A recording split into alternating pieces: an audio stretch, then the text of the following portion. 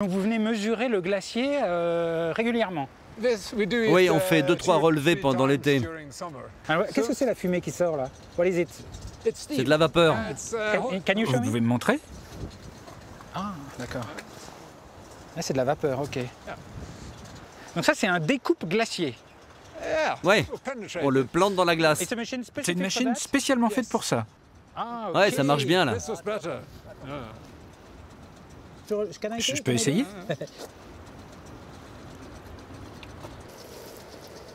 Il y a quand même des inventions dingues sur cette planète. Il y a quand même un gars qui a mis au point une perceuse à glacier à vapeur. Ah oui, là, ça avance bien. Hein. Ça fond vite un glacier en fait, on dirait pas. Et vous avez un métier incroyable quand même, venir faire des trous sur les glaciers, étudier ces montagnes de glace. C'est rare. Vous savez, on aime vraiment être dans la nature. C'est très important pour nous.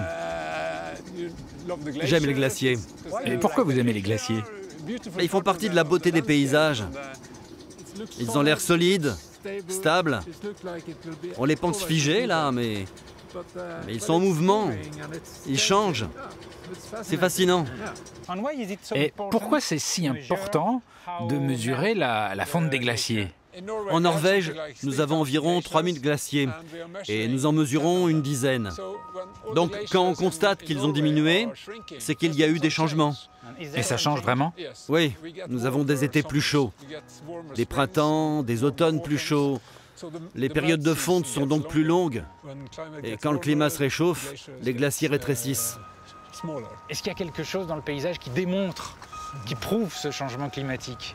Le glacier était plus gros avant. Vous voyez, le lac devant le glacier, il n'existait pas en 1930. Le glacier a reculé d'environ 2 km en seulement 40 ans. Ah mais c'est incroyable, ça va très très vite. Regardez la montagne ici. La partie la plus claire du rocher était couverte de glace et a été érodée par le glacier récemment. Quand ça? Dans les 20 dernières années. Cette énorme surface était couverte de glacier il y a 20 ans. Ouais, Mais ça va très très vite. ouais, très vite.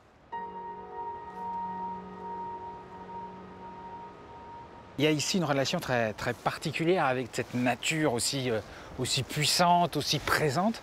D'ailleurs, il y a un mot en norvégien pour expliquer cette relation particulière des habitants du pays avec la nature. Friluftsliv.